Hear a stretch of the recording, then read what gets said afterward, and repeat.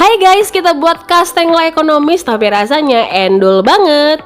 Siapin 200 gram margarin Blue Band, ditambah dengan 50 gram butter, ditambah dengan 2 butir kuning telur. Nah, ini di mixer sekitar 1 menit saja, jangan terlalu lama. Tambahkan maizena dan juga susu bubuk. Kalau suka pakai gula halus boleh ditambahkan. Pakai essence vanilla, ini diratakan aja. Nah, setelah itu langsung aja tambahkan 100 gram keju yang sudah diparut. Ini cukup diaduk aja. Tambahkan 400 gram tepung terigu, diaduk sampai bisa dipulang atau dibentuk. Nah, setelah itu digilas. Untuk tingkat ketebalannya terserah kalian. Langsung aja oles menggunakan kuning telur dan juga tabur dengan keju. Dipotong-potong sesuai dengan selera ukurannya.